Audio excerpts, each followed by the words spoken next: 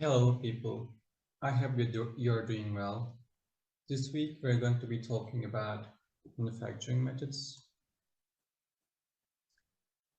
This is content of the week. We're going to be talking about turning and milling.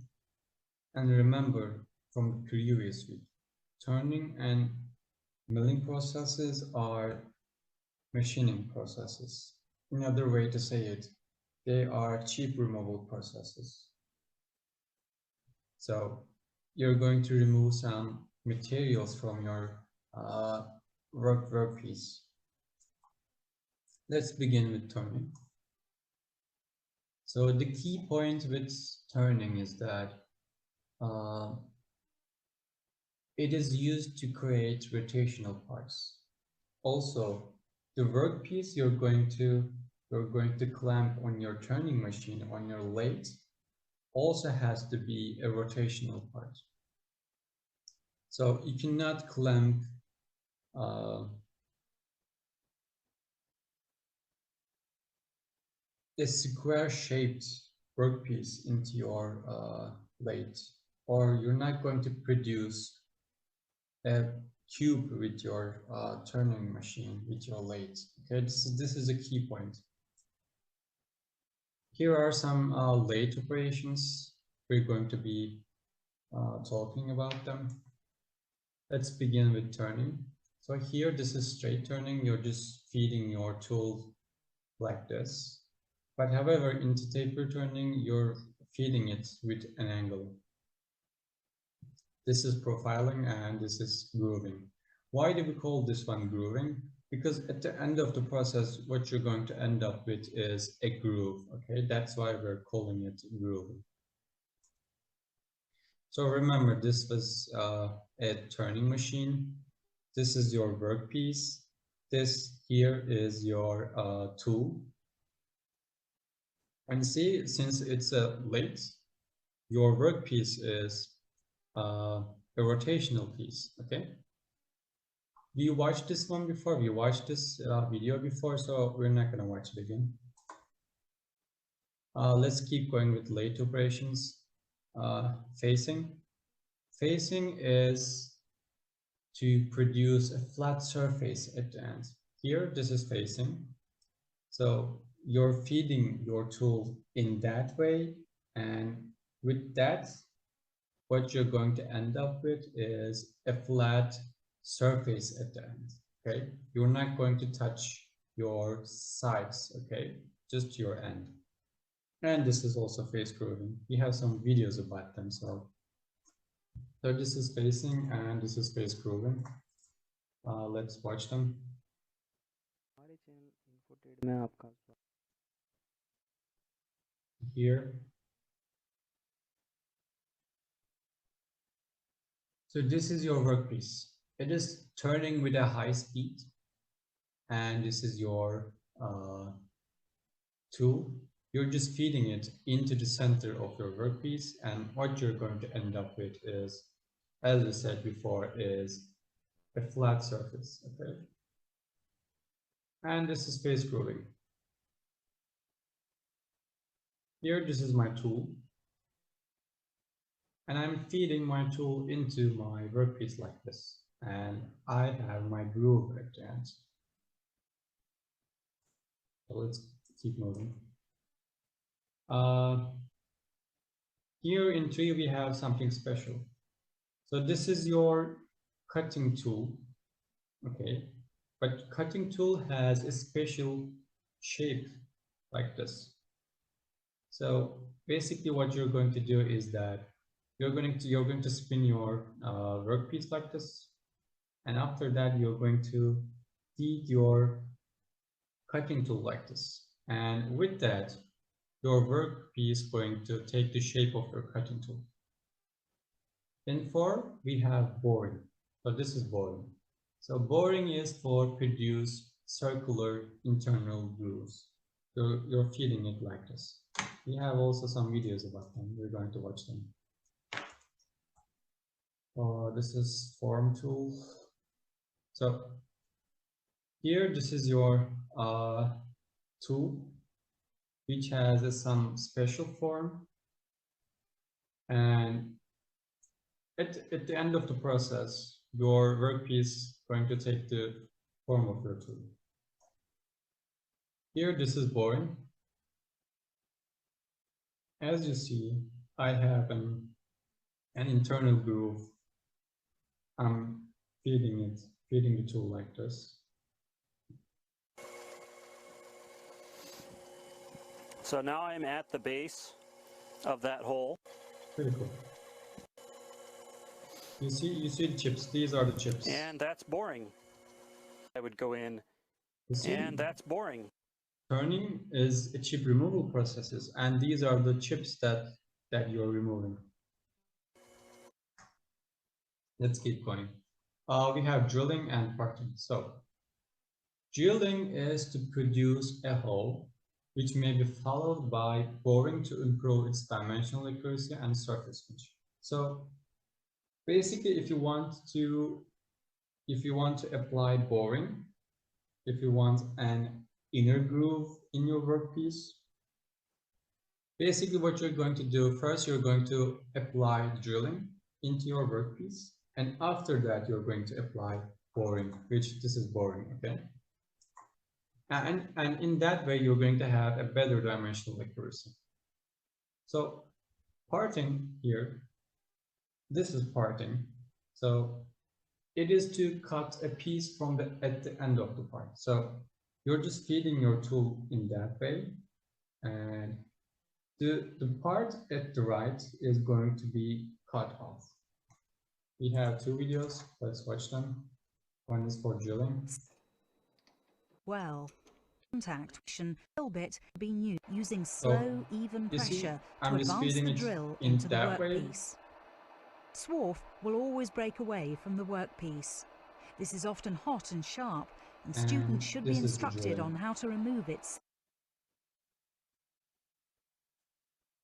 And this is parting.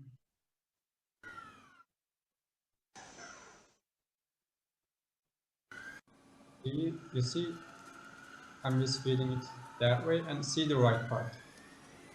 It is cut off. So this is parting. Let's keep going. We have threading and knurling. For knurling, we have some special type of tool. We have one video about it, but we're not going to watch it. Please watch it on your own. And we have threading. So this is the threading video. Let's watch this one. So the special thing with this video is that I think the tool is moving on the right. Not the tool, but the workpiece is moving. Generally, the tool was moving right and the workpiece was stationary. But with this one, the workpiece is moving to the right and my tool is stationary. These are the threads. Okay. Let's keep going.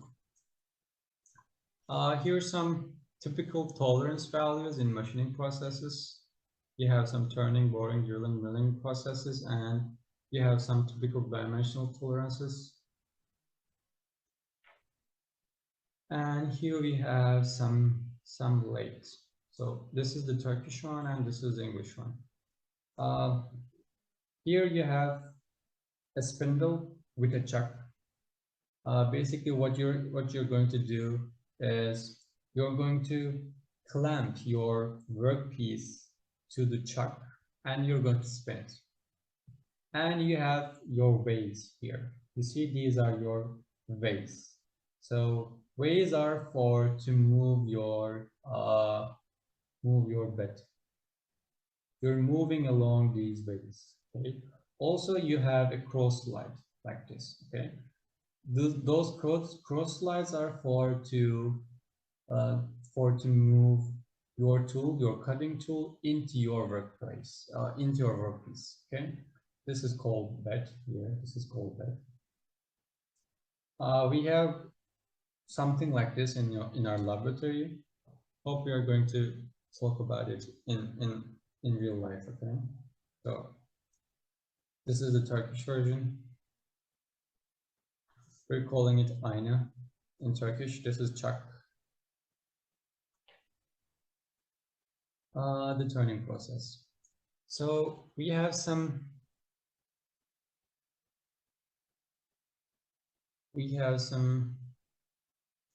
like here parameters. In turning, we have some parameters. We have N, we have F, and we have D. And these are DF and DO. So N is rotational speed, and F is feeding speed. So your tool is moving to the left here, right? This is feed. And your workpiece is rotating with a fast speed, right? This is N. And you have your DF. DF is your final workpiece diameter, and DO is your first initial workpiece diameter. And D is, of course, like DO minus DF divided by 2, right? These are some other parameters.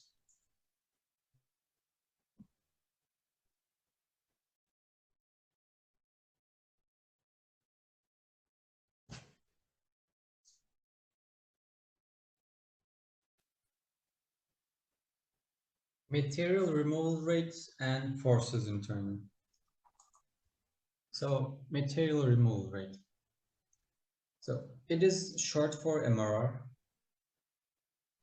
Basically what MRR is, it is volume of material removed per unit time out of your working piece, out of your workpiece. And we have a unit like this.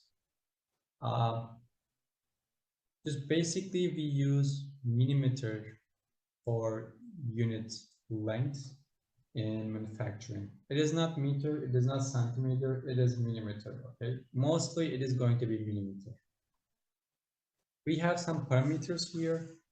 We're going to be talking about them. So the DO is initial workpiece diameter, and DF is final workpiece diameter. And you can calculate the D average with this formula, okay? And here MRR can be calculated with this formula. Here, let's talk about N. Let's talk about the parameters. The N is rotational speed of your workpiece. F is called feed. Your tool is moving to the left, right? And that speed is called F. It is feeding speed. You have your D. What is D? You can calculate D with DO minus DF over 2, right? We talked about it. The average, you can calculate the average with this formula, which is DO plus DF over 2. And you have your P. And you can calculate your MRR easily. Also, you can calculate your MRR with this formula too. They are going to be same. And cutting time. Another parameter, which is called cutting time. So you have your F, you have your N. What is L? L is your work speed, piece speed. Work piece length. Okay. Let's say you're going to machine the whole work piece. Then your L is going to be here, this part. And forces in turning. So the forces are pretty important in machining because you're removing some chips, you're removing some material out of your workpiece, right? And that workpiece is really hard. It is aluminum. So the forces are pretty big. They're pretty big. And that's why it is important to know your forces. It is crucial to know your forces. Let's talk about them. So the cutting force, this is your cutting force. So you're removing some chips out of your workpiece, right? And FC here is opposing that. The thrust force, you're removing your tool to the left. here like this, and Fd opposes that force, and Fr, which is radial force, is opposes your workpiece, opposes your cutter. Okay. Another parameter which is called power. So this is here, this is MRR, and we calculated that before. And what do we need is specific energy. So the specific energy is changes with your material. Let's say we are using aluminum. So in aluminum you have this. So your specific energy can be, let's say I picked it 0.8. Just put 0.8 here and you're going to find your power. But careful, your units are so important, okay? Here your unit is this. So take your units into account. Here this is work formula, this is also another work formula. You know, X is a linear displacement here, and F is the force, cutting force. Also, you can calculate the same work with torque multiplied by rotational displacement, okay, or angular displacement, you can call. Here there are some power formulas. You can calculate power with this formula, and after that you can just put it right here, and you can find cutting force easily. Here this is summary of turning parameters and formulas. We're going to be probably going to be giving it to you, so you don't have to memorize the formulas. But of course, you have to know how to use them. Here, this is an example. I hope this is going to be helpful. So let's read the example first. So this is going to be your length, right? This is L. Here, this is L. Here, this is probably DO, right? Your initial diameter, DO. And I have my material type, which is like that. And I have my N. What is N? This is N. I have my N too. Also, it says the rod is being reduced into the diameter 12 millimeters. So this is going to be my DI, right? I mean DF, D final, okay? I have my DF too. The spindle rotates, okay, I have this one too. And the tool is traveling with 200 millimeter per minute. This is not F, but I can find F. I can find F with using this and this. Okay. Let's go to the solution. So what is asked here is that material removal rate, MRR, cutting time, which is T, power dissipated, which is P, and cutting force, which is F. So this is F. This is power. This is cutting time, and this is MRR. Okay. To calculate MRR, what do we need? Let's see. We need the average. We need all these parameters. Do we have N? Yep, we have. We have D. We have P. We can calculate the average and F. Okay, let's go to the example. So VO, which it is the maximum cutting speed, is calculated with this formula. Why do we use DO? Because the speed is maximum at the outer surface of your workpiece. So VO can be calculated like this. Here, careful, 100, 1,000, it is divided by 1,000. Why? Because I changed the unit millimeter to meter. Here, this is meter. That's why it is divided by 1,000. VF, which is minimum velocity, minimum cutting speed, Here you can calculate it with the final, which is the smallest diameter, and V average. How do we calculate V average? So this here, this is the average, and you can calculate the average with df plus do over 2. Okay. Here it is calculated. D is calculated. What was the do minus df over 2? You can see in the picture too. And f is your feet speed, right?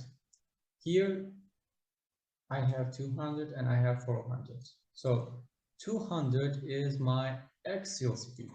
So this speed, axial speed, and 400 is n. Okay, I have my n. I have my axial speed, and this is how you're calculating your f. So I have my everything to calculate MRR now. I put the values and I found the MRR easily. Also, you can calculate MRR with this formula too. And here it is also asked the time to cut, the cutting time, right? So remember the formula. What was it here? It is L over Fn, right? Here you can see it. So L over Fn. Fn. Also, power is asked. Remember the power formula? It was specific energy multiplied by MRR. So this is MRR, and this is specific power, right? Specific energy. So how do I calculate specific energy? What was my material? It is stainless steel. Okay, let's see stainless steel. How do we find it? So this is stainless steel. It is 2 or 5, and let's say I can pick it 3.5 then. So I put a 3.5, and this is MRR, and I divide it by 60 for units. Okay, and here this is my torque formula. I found the torque, and after that you can put your torque into your formula here, right there, and this FC is going to be your cutting force. Remember the formula here. No, here. This is how you're going to. This is how we calculating torque. After calculating torque, just put that into this formula and you're going to find your cutting force, okay? And milling.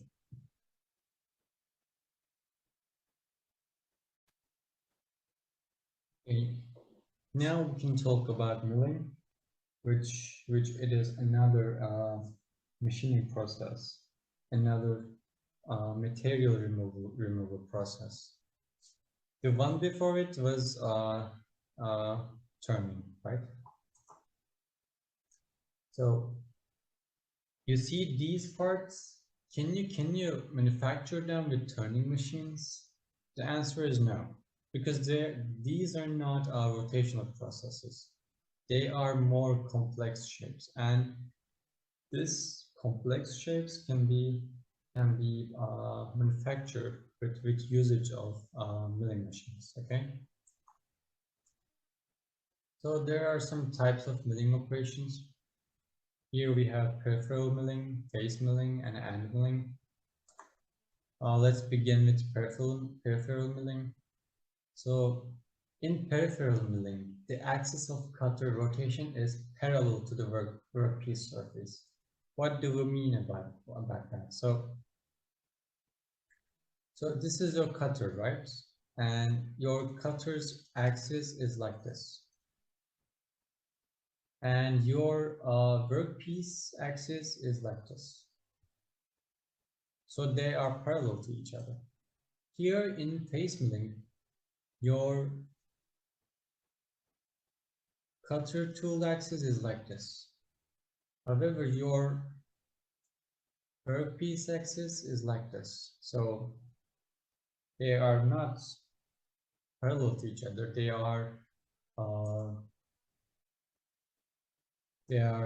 have a 90-degree between them. They have a 90-degree between them. So they are called face milling. Here, this is a peripheral milling. One more thing. There's a special thing called slab milling, which is slab milling is also a peripheral milling, but a special one. What do I mean by special? So this is peripheral milling and this is slab milling. So if the cutter width is bigger than your workpiece width, then this is a slab milling. Okay, we have 2 videos about them. We can watch them. So this is peripheral milling. You can see the cutter. And this is slab milling. You see the cutter width is bigger than the workpiece.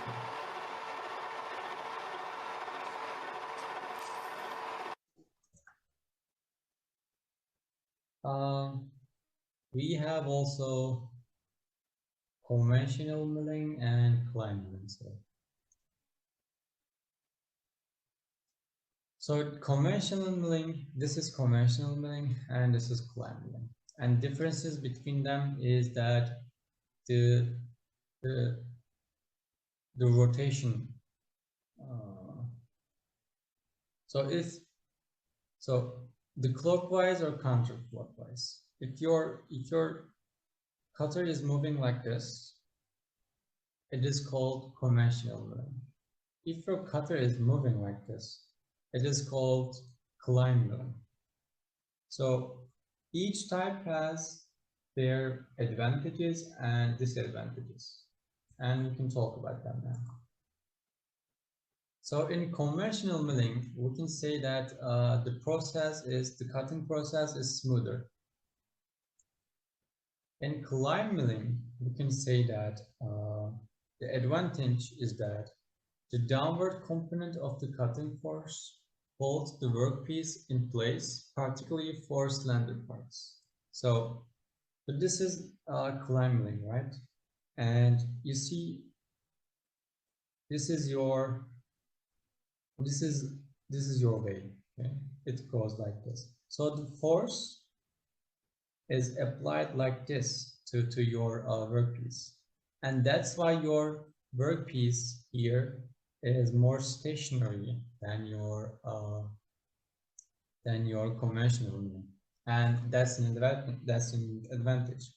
But the disadvantage is that cutter teeth is damaging because, like, the tool life is shorter in Klein milling because the cutter teeth gets damaged because of the harsh impact on the workpiece, and we don't want that. This is a disadvantage for sure. Here there are some types of milling machines. These are more versatile than the other ones. You can have one of them in your even in your homework or your workplace. And this is column and knee type machines, one of them. And here a bed type milling machine.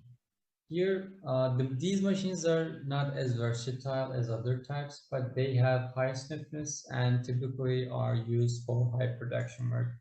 So you can see the machines. They are really big, they are really heavy, they are not versatile, and the advantage is that you can machine big parts, big work pieces with these machines. Typically, the ones that you're going to see in big factories are these, okay? And now we can talk about milling parameters. So we have N, which is the angular velocity of your cutter. We have D, which is diameter of your cutter. We have P, and BC, which is your cutting speed, can be calculated with this formula easily. Okay? TC here is called chip depth. Here you can see this is TC. And you can calculate F with this formula, basically. How do you calculate it? So you see the N is number of teeth in your cutter. And we know big N already. And V, here V is your workpiece's linear speed, okay? And therefore you can calculate your F easily. And put your F here, you have your D, and you have your little d, which is depth of your cut here. This is your depth of cut. And you can calculate TC easily, okay? One more parameter is T. T is cutting time, which is important. For that, you need to know V. We know V, which here, this is V. We have our L, this is workpiece length, and we have our LC. What is LC? You can see here. This is your LC. Okay? And one more thing that I can mention is that MRR. Okay, you can calculate MRR with this formula. You have your L, you have your width, you have your depth, and you have your T. You can calculate MRR easily. Okay? Here you can see the summary of peripheral milling parameters and formulas. Here I can say that calculating forces in milling is a lot harder than calculating forces in turning. Okay, because these are more complex machines. Here we have an example.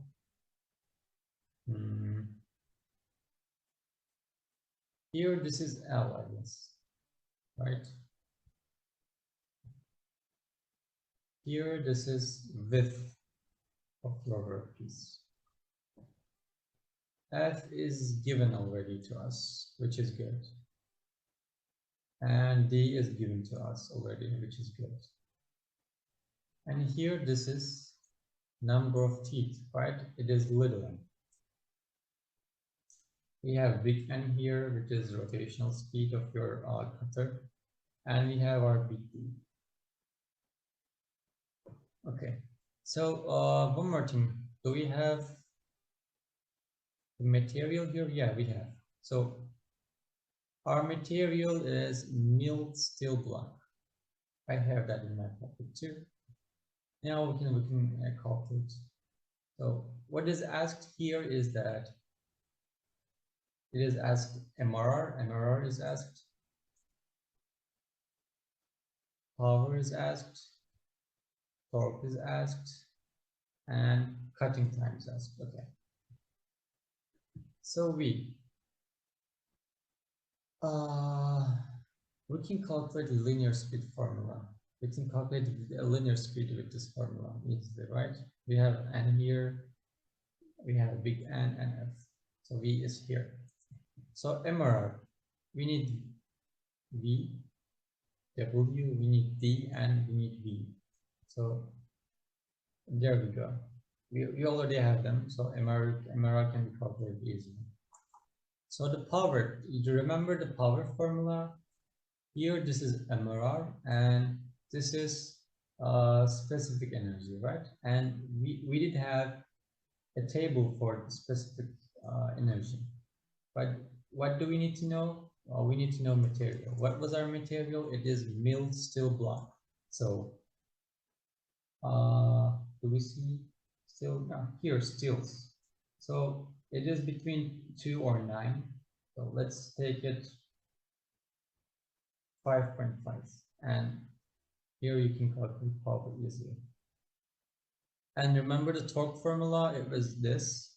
You have your power, you have your rotational speed, and torque can be calculated easily. And here we have cutting time. So here LC can be approximated with this formula. Remember LC here? Do we have a formula for LC? No, we don't have. But here LC can be calculated with this formula, okay? I have my LC, I have my L, which it was 300 millimeter long, and I have my V, and cutting time can be easily calculated.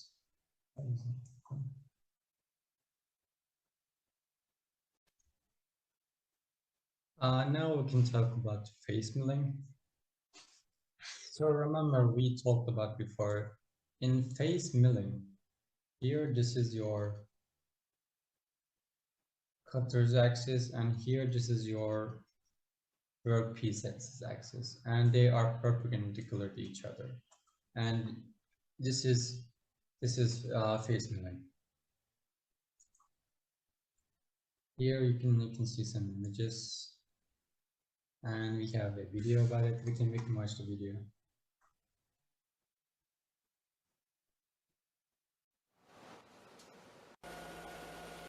As you see, it makes some face milling.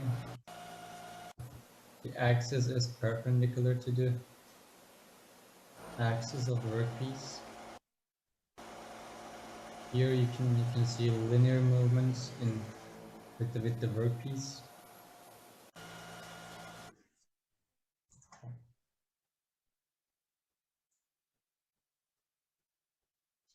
Here an example of a face milling, but a wrong feet and wrong speed. So the one thing that I can say about this is that you have to calculate the feed speed and rotational speed correctly, otherwise your machine can fail, and we don't want that. Okay, I'm just going to skip this one, but please watch the video. Here we have an example.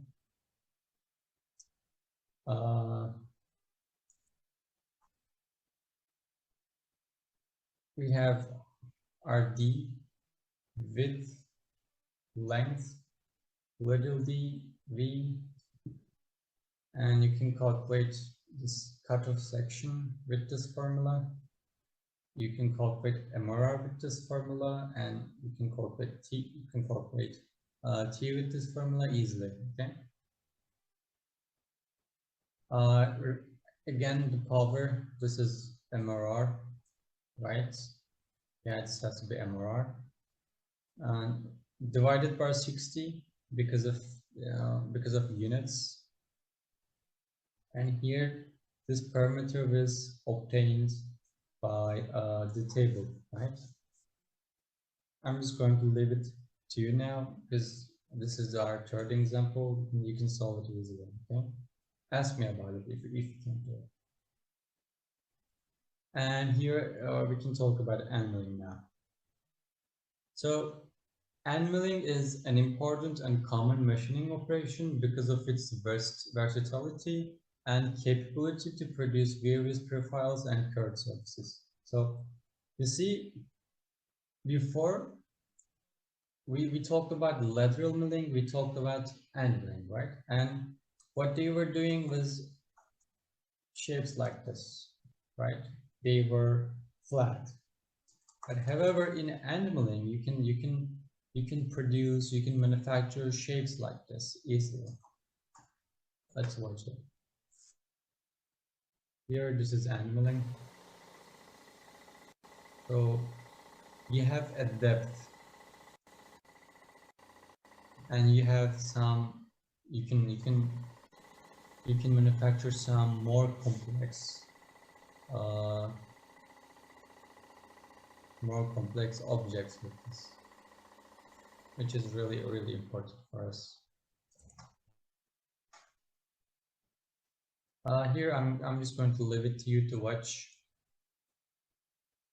It is an introduction to the tolerance. We're going to talk about tolerance a lot. It is really important. So is it just an introduction? We're going to talk about it in next week.